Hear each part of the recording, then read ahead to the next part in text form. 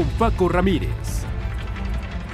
¿Qué tal? ¿Cómo están? Qué bueno que nos acompañan a fondo esta noche, a fondo de los periodistas. Esta noche iremos a fondo con el tema, dos temas específicamente, el tema de los independientes, el Bronco, cómo quedan las instituciones electorales y qué nos depara para el 1 de julio. Y también tocaremos el tema de la relación bilateral México-Estados Unidos y el tema Trump. Así es de que quédese, va a estar bueno. Tengo el gusto de compartir esta mesa de análisis con nuestro querido amigo, invitado además, José Fernández Santillán, profesor de la Escuela de Humanidades del TEC de Monterrey, analista político, y siempre un gusto recibirte. Muchas gracias. Al contrario, un placer compartir este espacio con ustedes. Muchísimas gracias. Magda Bastida, colaboradora de A Fondo y gerente de Mega Noticias en el Estado de México. Magda, bienvenida. Gracias, Paco. Un gusto acompañarlos a todos. Vamos a ver qué tal se arma esta noche la mesa. ¿De qué cuero salen más correas, dirían por ahí?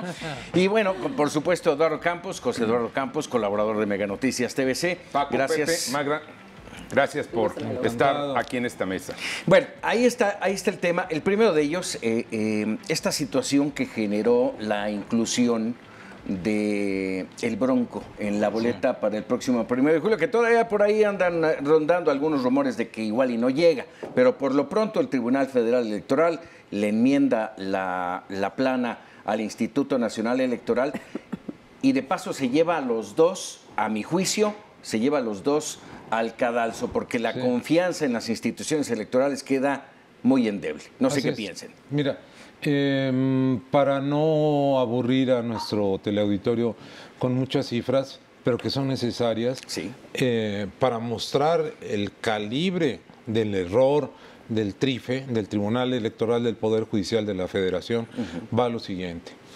Para poder estar en la boleta electoral necesitabas 866,000 y tantos votos. O no, firmas, apoyos. Bueno, el Bronco presentó 2 millones. Le bajaron en primera instancia porque decían son inconsistencias 800,000. Entonces quedaba todavía un universo de 1,200,000. En la segunda revisión le bajaron 300,000. Entonces quedaban 830 y tantas mil. 35,000. 35,000. Bueno, entonces vino el derecho de audiencia, 12 audiencias, porque están diciendo que le violaron su derecho de audiencia. Bueno, fueron 12 audiencias y recuperó 14,000 votos. Se quedó más o menos a un 2% de alcanzar ese universo de 866,000. Bueno, y entonces dicen, el Bronco está afuera. Y de repente, mágicamente, el Tribunal Electoral del Poder Judicial de la Federación dice, el Bronco tiene que estar, y le da la orden, pero además es una orden inatacable, o sea, es obligatoria, le da la orden al INE de incluirlo en la boleta. Y entonces uno dice, caracoles, a ver, vamos a revisar qué pasó ahí, y resulta que votaron muertos, votaron 2 veces la misma persona, presentaron como firmas válidas credenciales de clubes deportivos, de licencias de manejo. Entonces, eso es lo grave, que el tribunal, los magistrados, porque además fue una votación dividida, fueron 4-3. A 3, incluyendo a la presidenta. La presidenta votó en contra. Dime una cosa. Otalora. No se respetaron, se violentaron las reglas y les pregunto, ¿hubo presión para los ministros? A ver, de entrada yo creo que es importante destacar que más de la mitad de las firmas fueron o presentaban irregularidades, ¿no? Que eso es algo que nos tiene que quedar claro desde un principio. Y en segundo lugar, que el TRIFE en este caso no calificó las irregularidades de las firmas. Lo que hizo fue basarse en su violación de su garantía de audiencia. Entonces, no estamos hablando como tal de la legalidad del proceso desde el momento en el que se lleva a cabo el registro, desde el momento en el que se presentan las firmas, porque estas inconsistencias que bien mencionabas, doctor, desde decir, a ver, las firmas estaban duplicadas, había muertos que de pronto salieron a otorgar su firma, algunas otras duplicadas y Copias demás. fotostáticas que no correspondían con las firmas. Y qué bueno que en el caso nombres. también de algunas copias fotostáticas dijeron, bueno, va, porque la plataforma todavía no se echa a andar de la forma en la que se esperaba y todavía no está funcionando, ¿no? El problema es que todo eso no importó el trabajo de la gente al momento de estar revisando las firmas, de poder estar corroborando esta información, sino solamente fue el tema de la garantía de audiencia. No hubo un respeto al INE. A ver, yo lo pondría en palabras más llanas. Sí. Hubo trampa. Claro. Y estamos Mano incluyendo negra. a un hombre que hizo trampa y que él mismo ha reconocido que hizo trampa en la boleta electoral hasta el momento. Yo espero que la FEPADE pueda actuar con toda la fortaleza que tiene y con el talento que tiene Díaz Santana, el presidente, y puedan finalmente bajarlo de la boleta. Oye, Lalo, pero a ver, dentro de todas estas irregularidades que se presentan y todo, entonces déjame preguntarte, ¿Margarita sí tenía derecho a estar ahí? A ver, y ya estamos hablando del Que Bronco. pecó poquito. Estamos hablando del Bronco. Y tal que Ríos Y Peter. estamos hablando, Igual- a ver, Sí. ninguno de los candidatos independientes debería de estar, ni Margarita. Margarita. ¿Por qué? Porque también hizo trampa. Claro. Y trampa es trampa. Es que estamos hablando de hay más irregularidades, por y supuesto. más que ponerle otros nombres y más de las explicaciones técnicas que son muy importantes, yo creo que aquí lo que tenemos que entender es que hubo una trampa, número uno. Y número dos, la percepción en la calle es que los 4 de los 7 magistrados del TRIFE fueron de alguna manera presionados por el sistema y por Así el es. PRI de manera concreta y Así dieron su voto a favor. Y prueba de ello es que tú has oído las críticas de todo mundo, de analistas, de medios de comunicación, de líderes políticos, económicos, sociales, que rechazan la forma en la cual el TRIFE finalmente dio su voto. Están avalando, y te cedo en este momento la palabra, José, Gracias. porque más allá de las inconsistencias, no nos olvidemos que todavía hay delitos electorales que perseguir, que se supone que se están analizando, lo está haciendo la FEPADE, desviación de recursos, suplantación, en fin. Sí. ¿Qué va a pasar? O sea, ¿qué confiabilidad tiene el proceso electoral con candidatos así? Ahí está el punto. Y no Muy hablemos, bien, no muy bien. hablemos de Anaya, no hablemos de MIT, que todos traen sus situaciones. A ver, eso es bien importante lo que has señalado, porque nosotros en México, por lo menos del 68 para acá, luchamos, canalizamos la lucha política, la lucha social hacia el respeto al voto. En el 68 se decía respeto a las libertades públicas en general, pero después, 10 años después, viene la gran reforma electoral de Reyes Heroles en 1977 y canaliza toda esa gran energía de descontento hacia las cuestiones electorales. Construimos el TRIFE y el INE para dar certeza jurídica, para que el voto se contara, que fuera limpio, que la competencia Pues fuera salir de Gortari, equitativa. ¿no? Exactamente. Entonces, ahora nos encontramos con que en el TRIFE algo está sucediendo y está sucediendo de manera muy sucia. Un dato importante, ninguno o muy pocos de los magistrados, porque esta es una nueva camada, son 7, tiene antecedentes de haber tenido experiencia en el asunto electoral. Fueron puestos ahí Déjame de abonarte manera... algo, doctor, porque A ver. ahora que lo mencionas yo creo que tiene mucha cabida.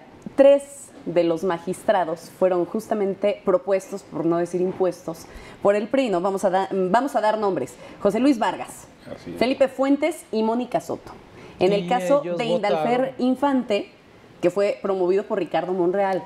Entonces estamos viendo quiénes están detrás de los magistrados que al final del día terminaron votando a favor de que el Bronco regresara a la boleta. Sin olvidarnos de Coahuila y del Estado de México. Bueno, que Mira, el caso de Coahuila y del Estado de último, México te deja ver también la falta de termino la limpieza en todo argumentación. esto. Entonces, hay dos argumentaciones, una jurídica y una política. Todas esas cochinadas se salvaguardaron con el argumento del debido proceso. Y eso es peligrosísimo porque se apela a una corriente de pensamiento jurídico que está en México muy de moda y que se llama el garantismo. Entonces tú puedes saltarte todo esto que hemos dicho, de hacer firmar a los muertos, de que haya dobles nombres y todo eso, diciendo se violó su debido proceso, o sea, se le negó su derecho de audiencia. Y entonces todas esas cosas que sabemos que son es un tramposo, y además la propia magistrada Otálora dijo, este hombre no tiene ética y además no tiene compromiso con la democracia. Mira, más allá insisto, de las buenas justificaciones que se están dando en la mesa, yo creo que otra vez tenemos que ver cuál es el sentir popular.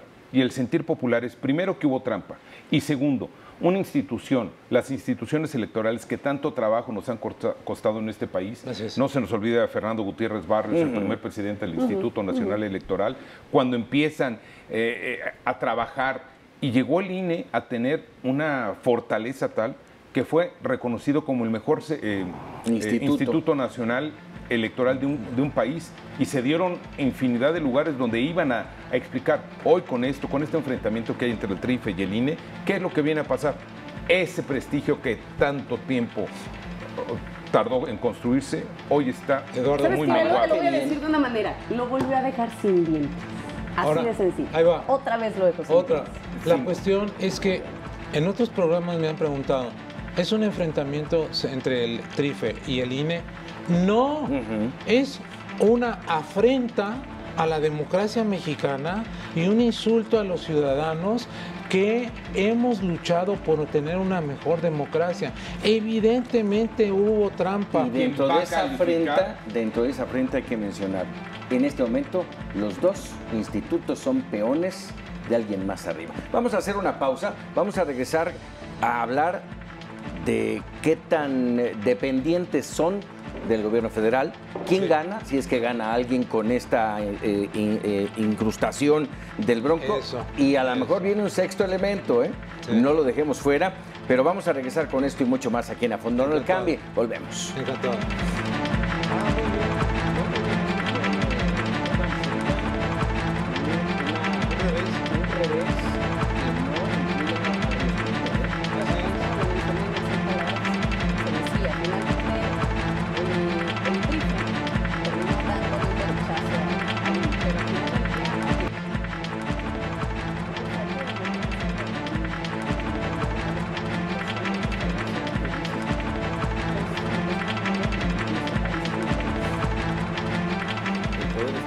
Ya estamos de regreso, no hemos parado de debatir aquí.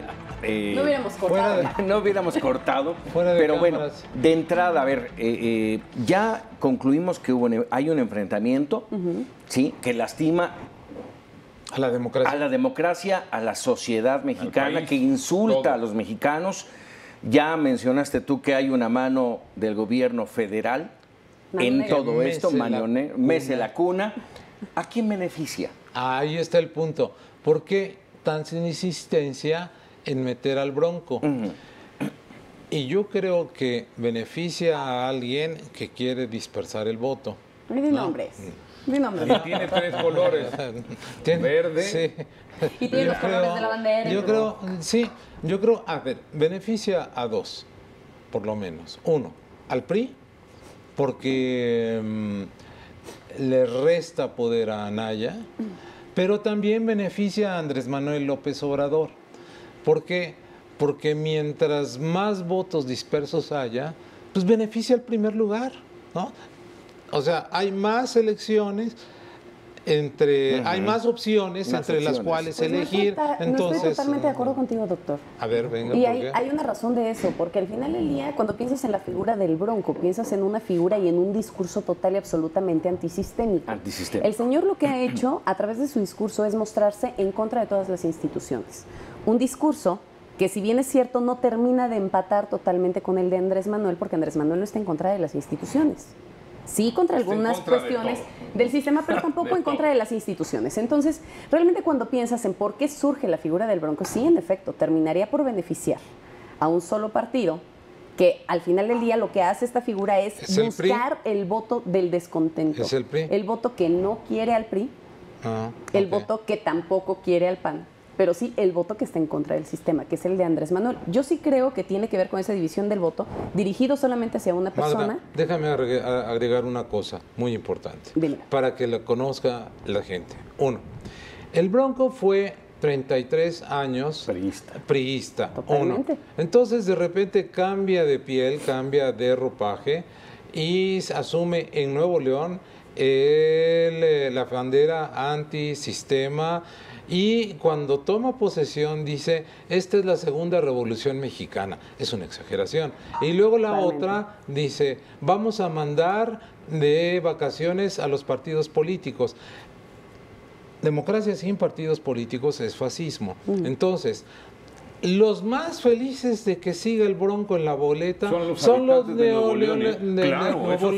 Entonces, que sigan allá. Claro, que sigan allá. Hay que ser. Mira, porque es una decepción. Quédame con eso.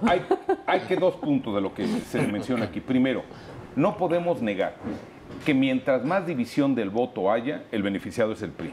¿Y por qué?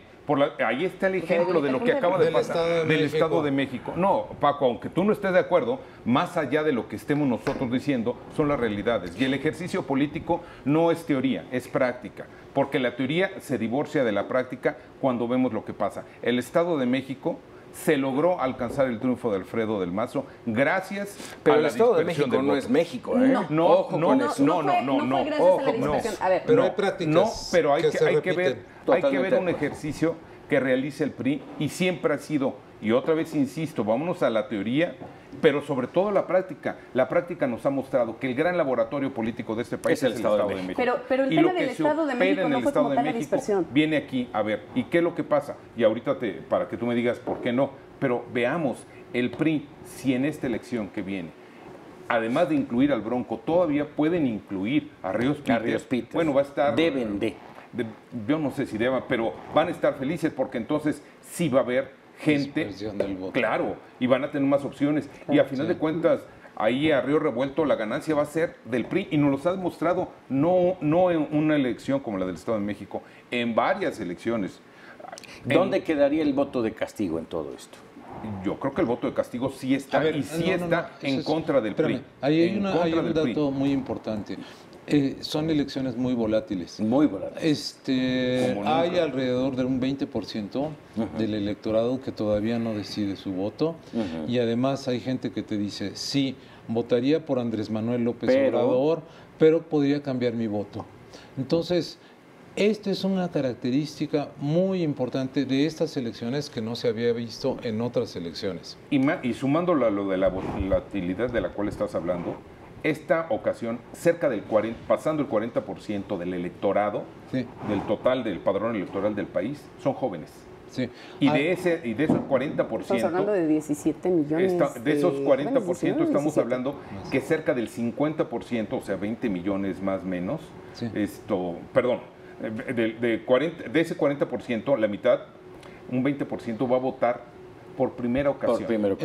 El dato me lo dio Lorenzo Córdoba y me dice que son 7 millones de jóvenes los que van a votar por primera vez. Muchos de ellos están indecisos, algunos no van a votar, porque pasa una cosa curiosa, los jóvenes primerizos a veces no votan, los que más votan son la gente entre los 30 y los 40 años, y esa gente... O sea, López Obrador tiene el voto de los jóvenes, eso es indudable. Y la segunda nivel de edad lo tiene Anaya.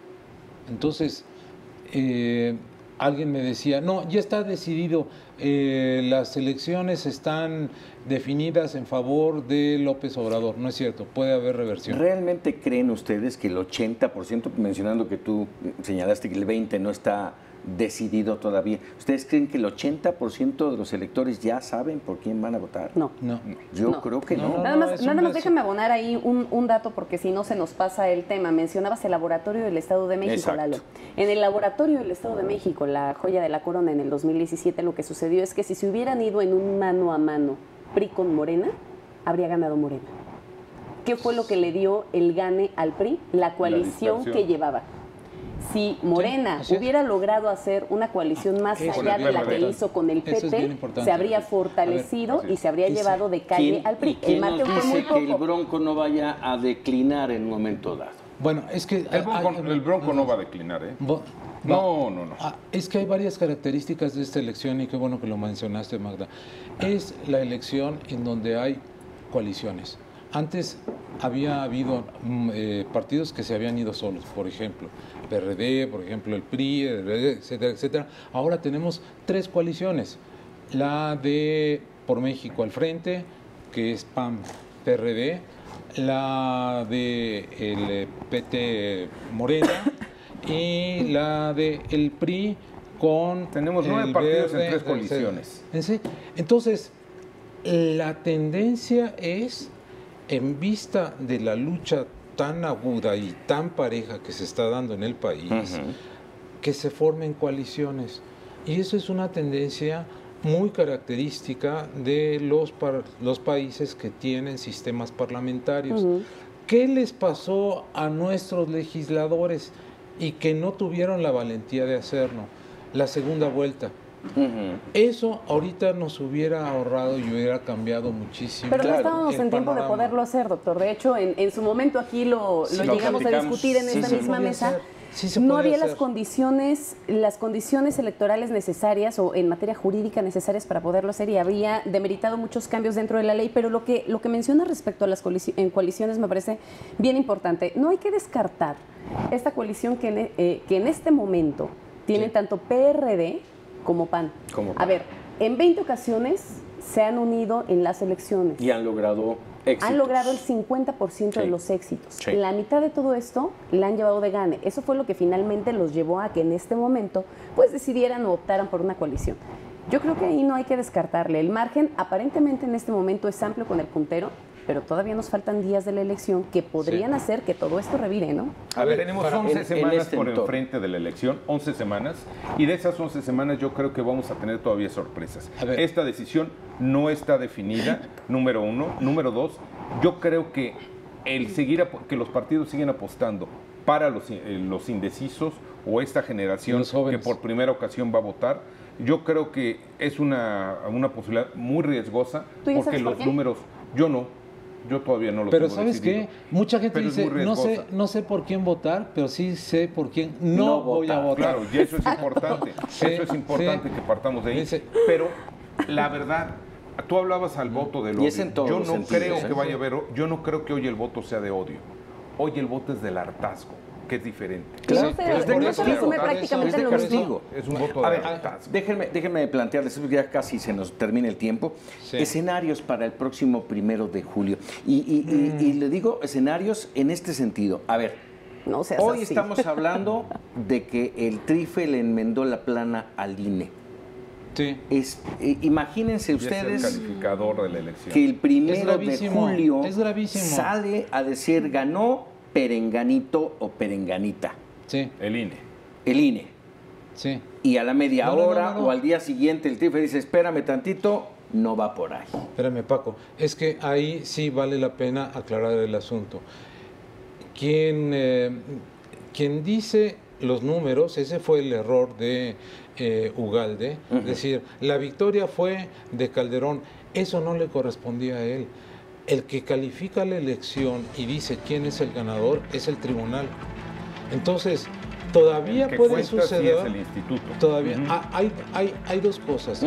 El Bronco no está seguro en la boleta, aunque el TRIFE le haya dado la orden al IFE. ¿Por qué? Porque hay una cuenta pendiente en la FEPADE. En la FEPADE todavía lo puede bajar. Ese es un aspecto. La segunda, aunque haya un ganador en la noche del 1 de julio, todavía el TRIFE, que es el que da la constancia de la victoria, puede modificar el resultado. Eso es lo preocupante tal vez, ¿no? Sí, y ya nos sacó de balance. Porque es una institución que debe dar certeza y lo que está dando ahorita es incerteza. 10 segundos. La realidad es que el INE termina así señalando todas esas irregularidades. La decisión final desafortunadamente está en el TRIFE, y digo desafortunadamente porque por más que se han documentado todas esas irregularidades, vemos nuevamente que responde con un revés. ¿A qué nos lleva? A que la gente termine creyendo que el INE, porque ahí el INE es el que queda mal, el INE es la víctima y el INE es el que no está organizando adecuadamente la famosa fiesta electoral. Escenario. Yo veo, desafortunadamente, una noche del 1 de julio de gran incertidumbre. Aquí estaremos. Aquí estaremos, de gran incertidumbre y de gran riesgo nacional. Así es. Muy bien. Vamos a hacer una pausa y vamos a regresar para hablar de la relación México-Estados Unidos y, déjeme decirlo así, de las ocurrencias del presidente Trump. Regresamos.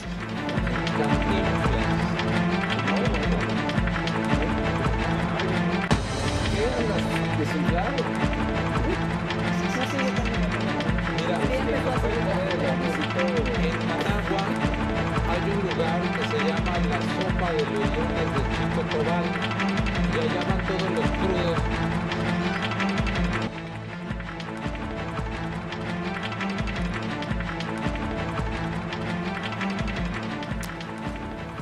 Gracias por continuar con nosotros aquí en A Fondo. Cambiamos de tema.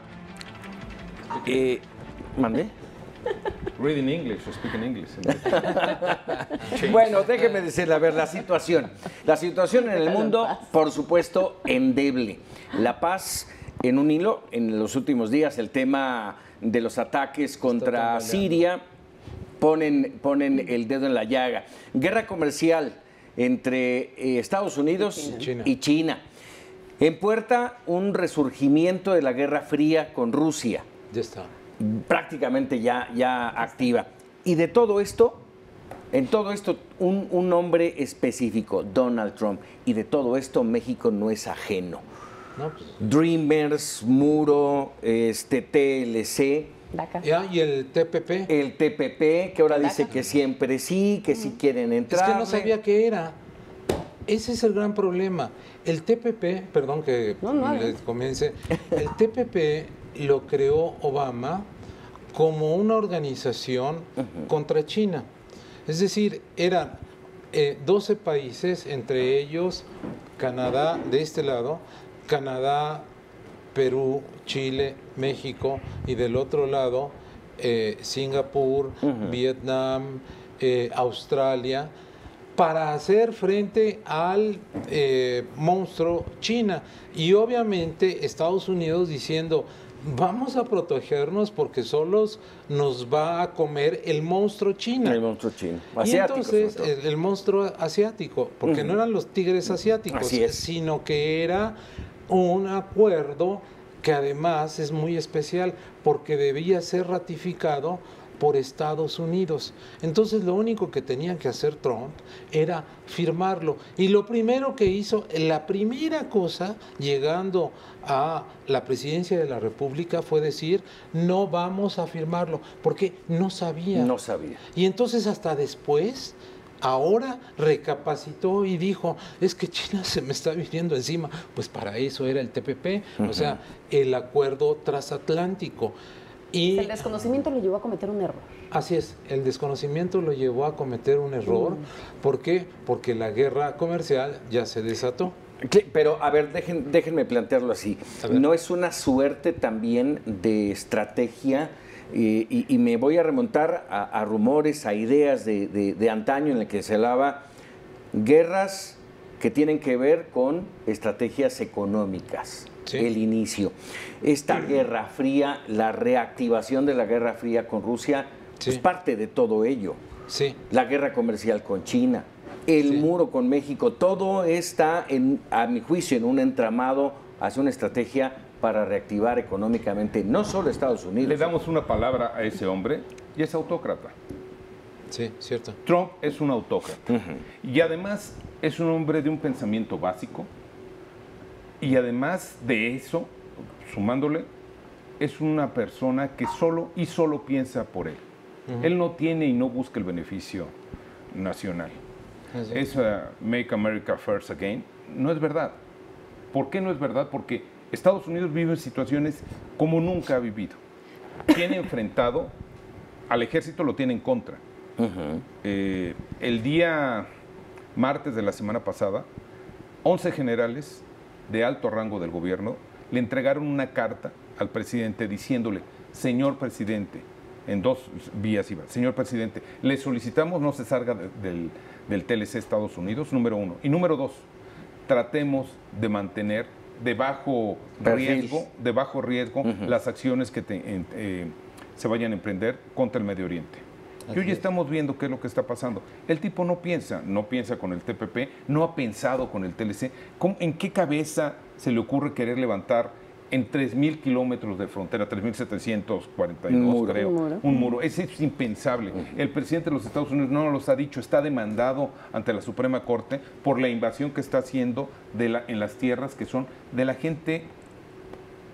Es propiedad privada. Donde están construyendo. Bueno, no por nada el presidente de la República Mexicana le dijo frustrado, ¿no?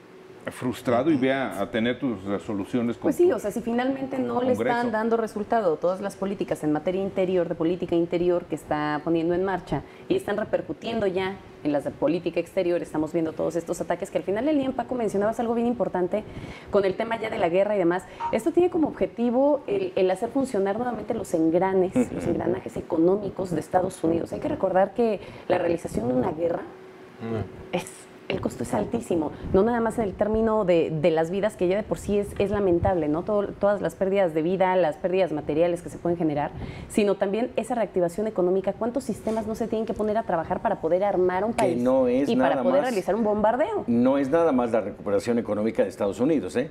Esto es, valga el término, es plan con maña.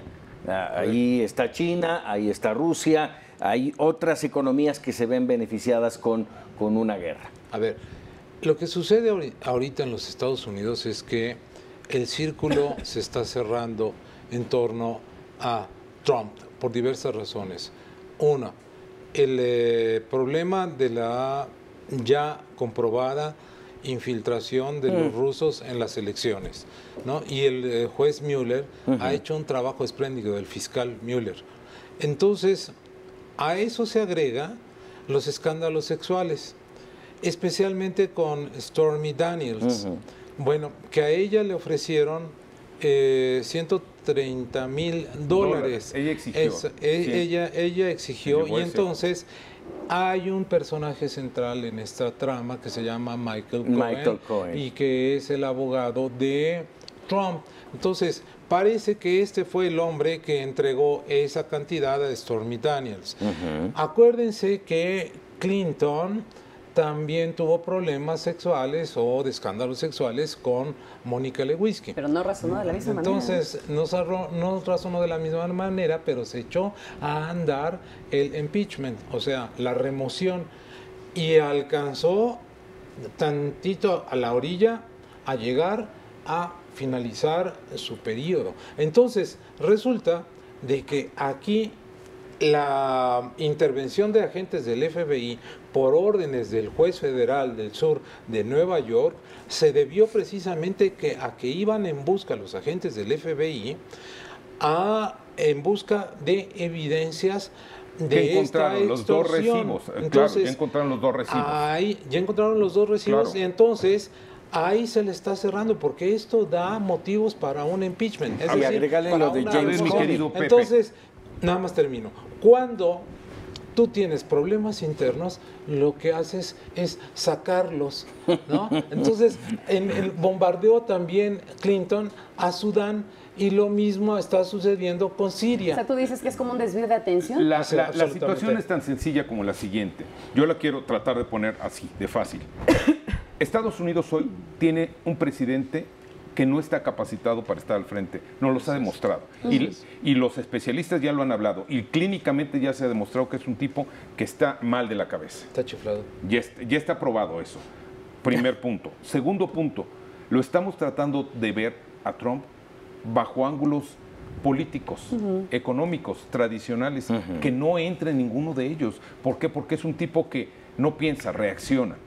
Y simple y sencillamente a las 6 de la mañana está empezando a mandar tweets. ¿Gobierna con tweets? Gobierna con tweets. Pero ha generado una política del caos. Una política del caos en la cual simple y sencillamente, tiene problemas internos, tiene problemas externos, tiene problemas maritales, tiene problemas extramaritales, tiene una generación de problemas que lo que está haciendo es una generación de crisis y apoya más de alguna manera un escándalo o impulsa un escándalo más para bajar otro. ¿Y no buscará llevarlo al límite? Pues vamos a ver qué es lo que pasa ¿Cuál ahora. es la estrategia? Al momento de llevarlo al límite, ¿cuál puede ser Vamos a ver la ahorita consecuencia? noviembre. Noviembre va a ser la fecha clave. ¿Por qué? Porque cuando llegue a las elecciones intermedias, vamos a ver si realmente el apoyo del gobierno del pueblo estadounidense es para él o no. A ver, ahí hay dos cosas que comentar. Una, a nivel internacional, Estados Unidos renunció a ser el líder de la democracia. Después de la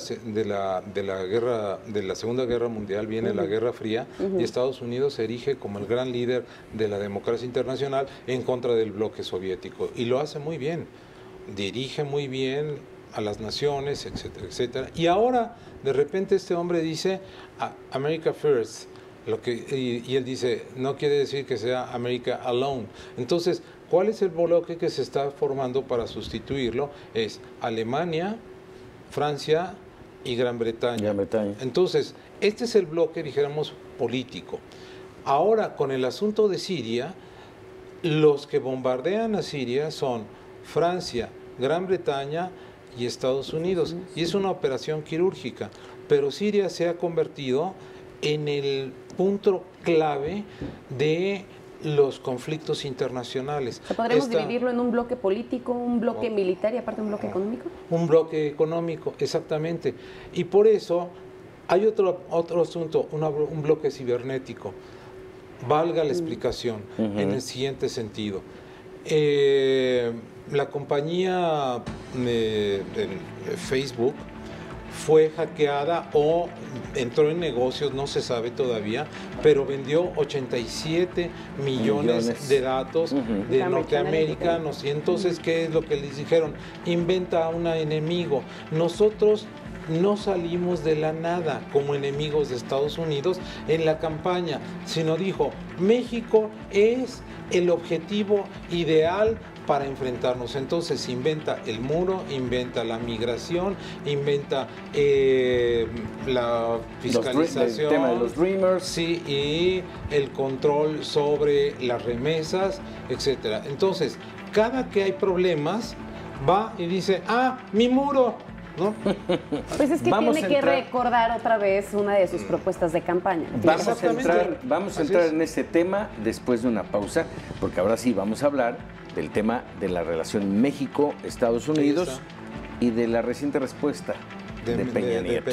Volvemos aquí en A Fondo. La respuesta está en el aprendiz. Sí. Oye, ¿cómo se llama la empresa esa? Cambridge Analytica.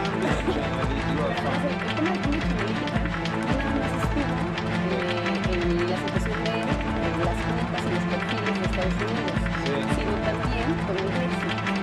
Y garantizó.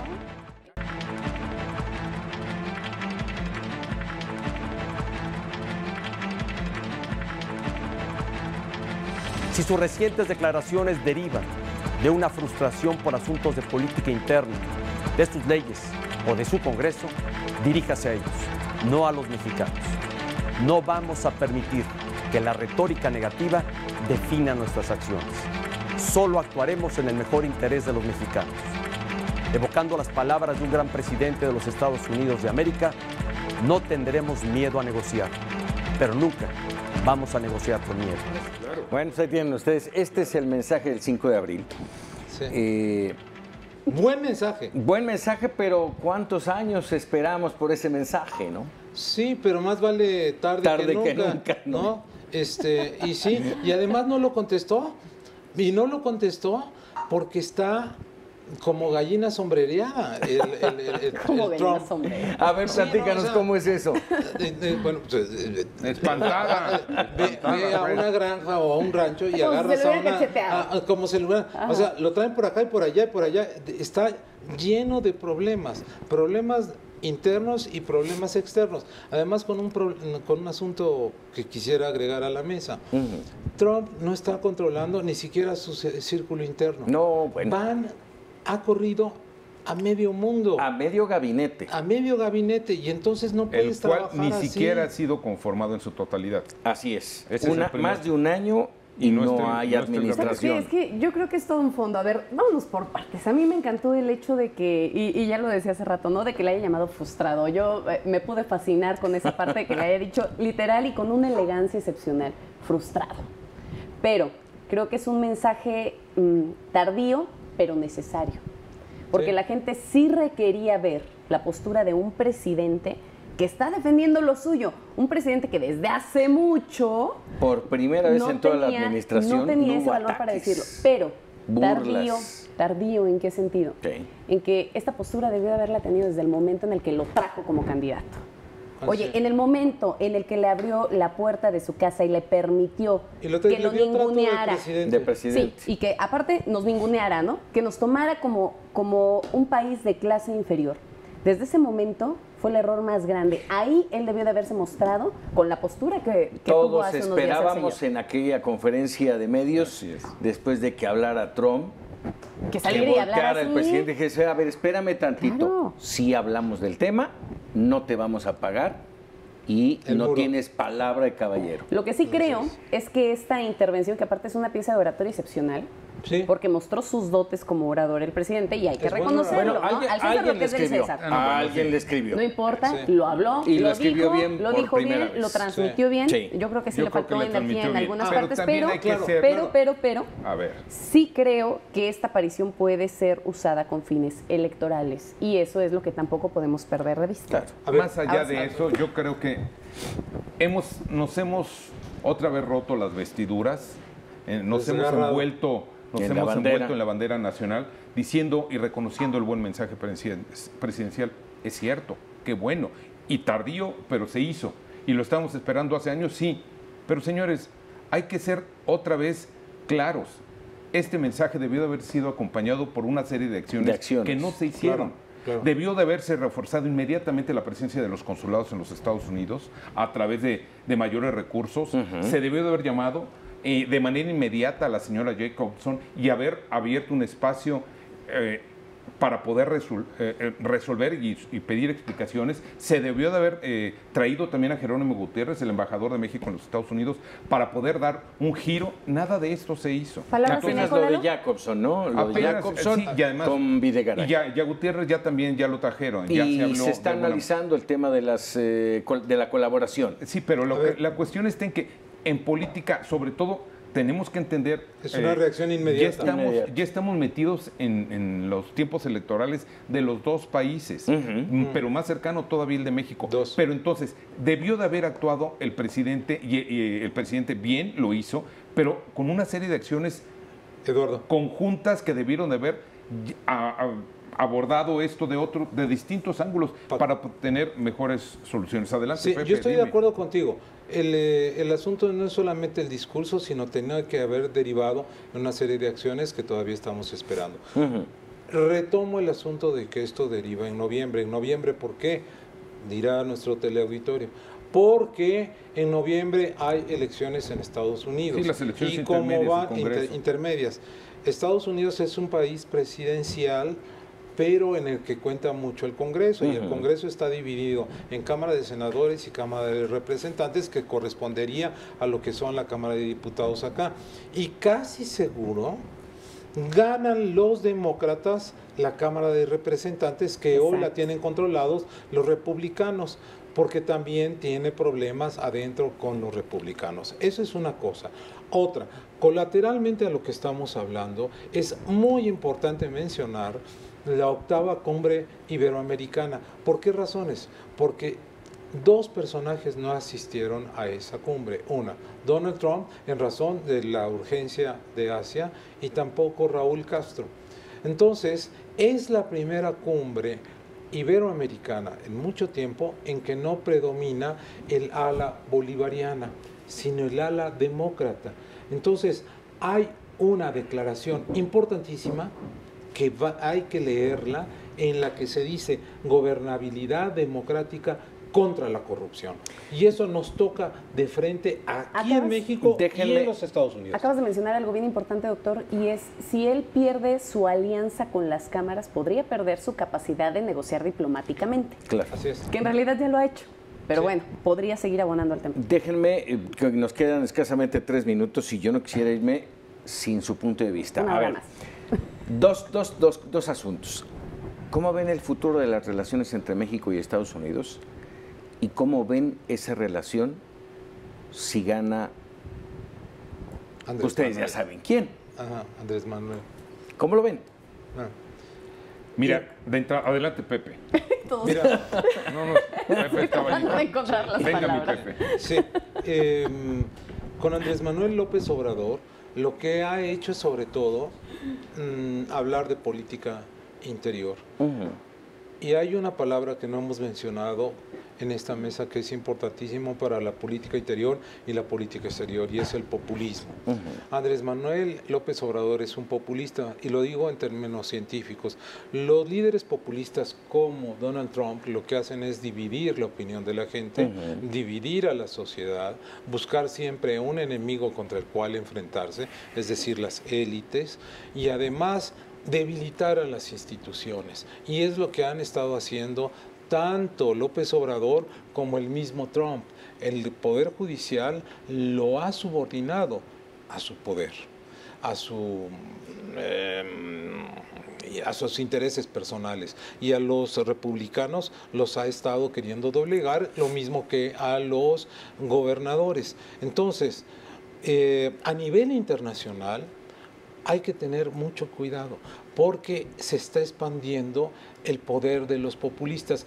¿Por qué carambas el presidente Trump admiraba tanto hasta hace poco y tenía tantas relaciones y estaba tan halagado y tan benévolo con Putin? Porque son lo mismo, porque son autócratas.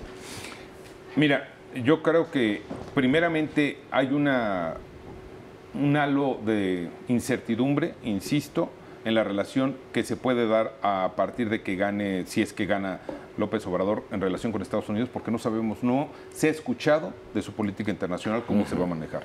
Número uno. Número dos, ¿con qué sustento diplomático va a trabajar? ¿Quién sabe? Y número tres, tenemos también que ver qué podría pasar si no es López Obrador.